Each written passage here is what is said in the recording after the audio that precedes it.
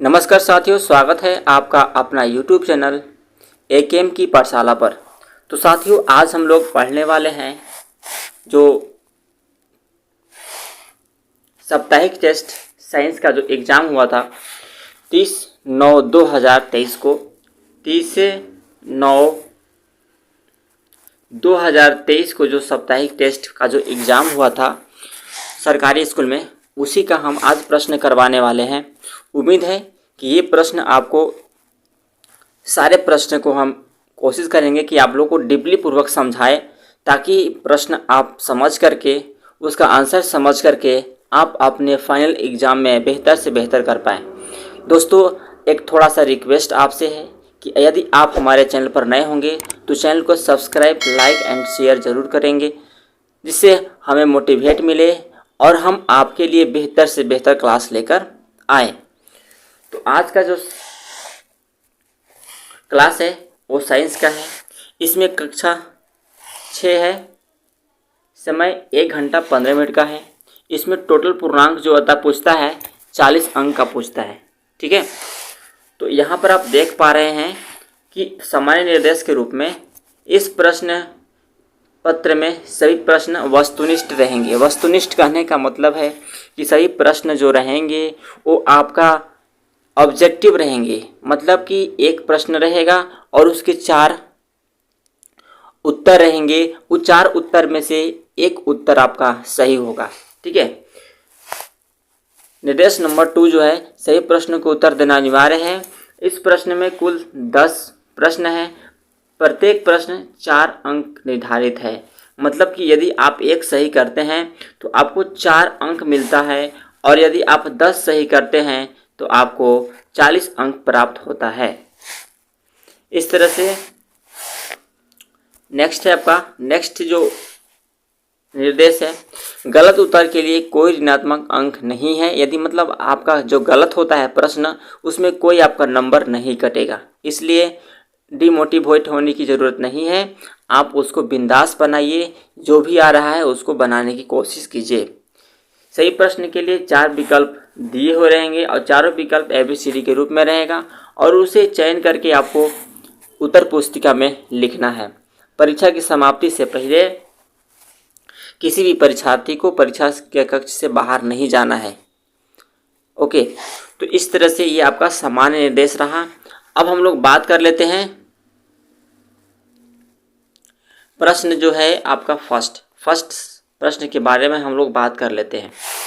प्रश्न संख्या फर्स्ट क्या कहता है कि ऐसा कौन सा पौधा है जिसमें आप उद्दीपन देख पाते हैं। उद्दीपन का मतलब हुआ कि जैसे मान लीजिए कि जब आप पौधा को आप छूते हैं, ठीक है, तो उसमें तुरंत अनुक्रिया होती है। क्या होता है? तुरंत उसमें क्रिया उत्पन्न होता है। वह अपने जो है अपने पत्ता को या अपने आप को वह अपने परिवर्तन करने लगता है। जैसे मान लीजिए कि ये गुलाब में उद्दीपन की नहीं देख पाते हैं। उद्दीपन का मतलब हुआ कि जैसे आप गुलाब को छुइएगा तो उसमें कोई चेंजेस आने की आवश्यकता नहीं है, मतलब चेंजेस नहीं आएगा।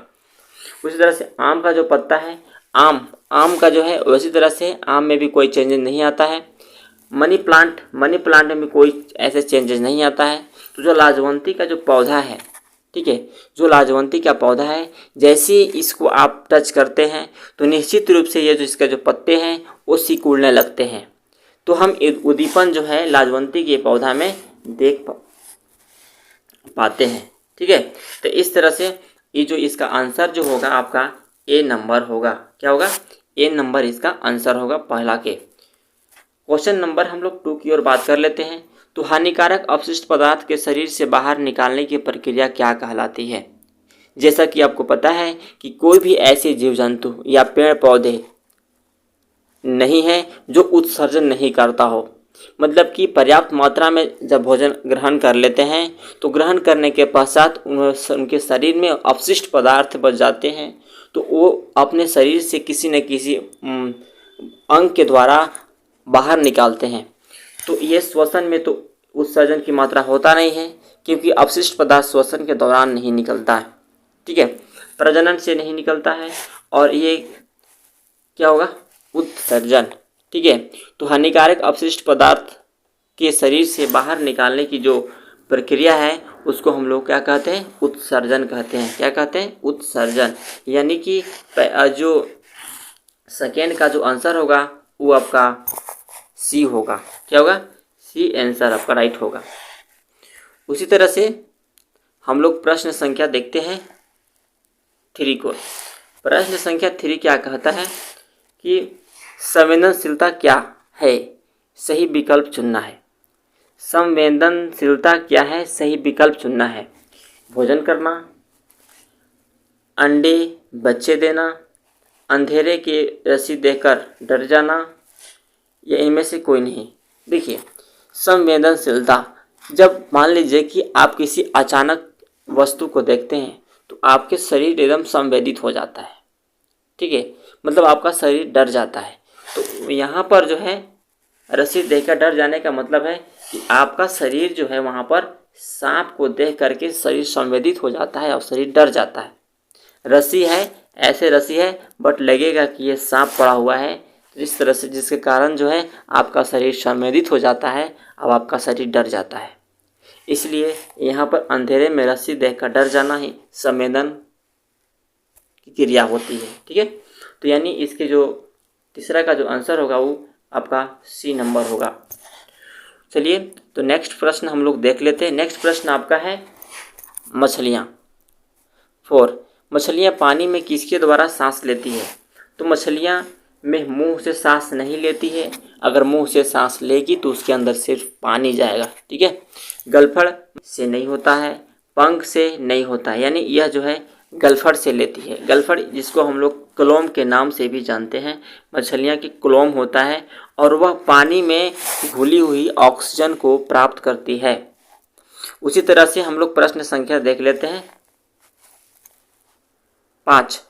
व्हेल तथा डॉल्फिन में श्वसन के नसद्वार को कहाँ स्थित होता है? ठीक है, व्हेल तथा डॉल्फिन में श्वसन के लिए नास द्वार कहाँ स्थित होता है? तो ये सिर पर नहीं होता है, पंख में नहीं होता है, तो ये क्या होगा? गले में होता है। ठीक है, जो गले में जो होता है यह नासाद्वार स्थित होता है, जिसके द्वारा डॉल्फिन श्वसन कर और व्हेल जो है अपना शोषण करती है। चलिए, तो नेक्स्ट प्रश्न हम लोग देखते हैं। प्रश्न संख्या जो है आपका 6 नंबर क्या कहता है कि ऊँट के पीठ पर जो कुब्बड़ होता है उसमें क्या जमा रहता है? वसा रहता है, प्रोटीन रहता है, कि खनिज रहता है, कि जल रहता है? यदि आप प्रश्न के उत्तर जान रहे हो तो मुझे कमेंट में ज़रूर बताइएगा। तो इसका जो आंसर होगा आपका जल रहता है। ठीक है, कुब्बड़ में क्या रहता है? वह अपना जल स्टोर करने की रखता है, जल स्टोर रखता है ताकि वह जो है बहुत दिनों तक बिना जल के वह अपना जीवन यापन कर सके। क्योंकि ज़्यादातर कुब्बड़ ऊँट जो है वो आपका मरुस्थलीय क्षेत्र में प्राप्त होता है, जहाँ की मरुस्थलीय क्षेत्र में जल की जो मात्रा कमी होने के कारण वहाँ के जो ऊँट है वो ऊँट जो है वहाँ पर जहाज का काम करता है। उभयचर क्या होता है? उभयचर प्राणी कौन है? मेढक, छिपकली, मछली, शेर। तो यहाँ पर उभयचर का मतलब हुआ कि जो पृथ्वी पर भी रहता है, ठीक है, जो पृथ्वी पर भी रहता है और जो जल दोनों पर अपना जीवन यापन कर लेता है, तो उसको हम लोग उभयचर बोलेंगे। क्या बोलेंगे? उभयचर बोलेंगे।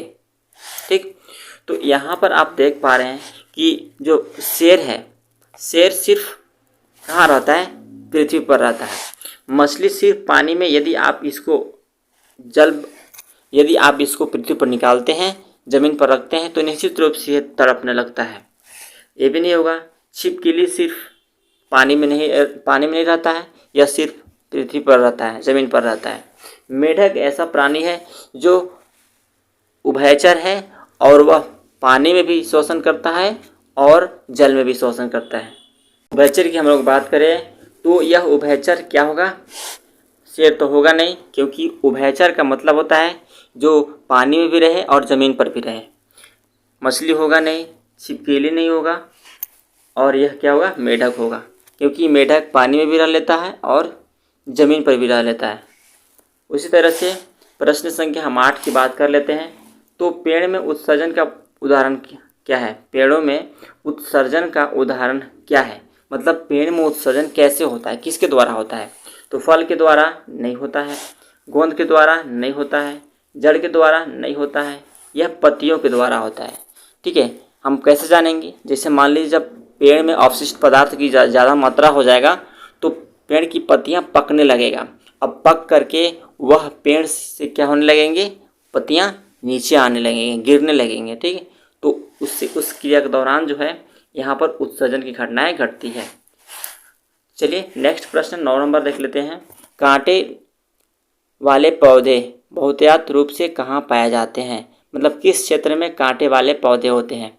तो ये पौधे जो होते हैं आपका मरुस्थलीय क्षेत्र में ज़्यादा अधिक मात्रा में कांटे वाले पौधे पाए जाते हैं। उम्मीद है कि ये समझ में आ गया होगा। तो चलिए प्रश्न संख्या हम लोग देख लेते हैं 10 नंबर, जो कि प्रश्न लास्ट है। ठीक है, यहाँ पर आप देख पा रहे हैं कि पौधों द्वारा अपना भोजन स्वयं बनाने की प्रक्रिया क्या कहलाती है? मतलब कि जब पौधे स्वयं अपना भोजन बनाते हैं तो उस क्रिया को हम लोग क्या कहते हैं? पोषण कहते हैं? तो ये तो मानव में होता है। उद्दीपन कहते हैं? नहीं। उत्सर्जन कहते हैं? नहीं, क्योंकि यहाँ पर भोजन बनाने की बात है। तो इस क्रिया को हम लोग प्रकाश संश्लेषण कहते हैं, जो कि ए नंबर है। यही आपका आंसर है। ओके, तो उम्मीद करते हैं कि ये सारा का सारा प्रश्न आपको समझ में आ गया होगा। ओके, तो चलिए फिर मिलते हैं नेक्स्ट वीडियो में। तो वीडियो को कैसा लगा मुझे कमेंट में ज़रूर बताइएगा, और यदि आप चैनल पर नए होंगे तो लाइक शेयर एंड सब्सक्राइब ज़रूर कीजिएगा और अपने दोस्तों में भी शेयर कीजिएगा। ठीक है, तो फिर मिलते हैं नेक्स्ट वीडियो में। जय हिंद, जय भारत, जय झारखंड।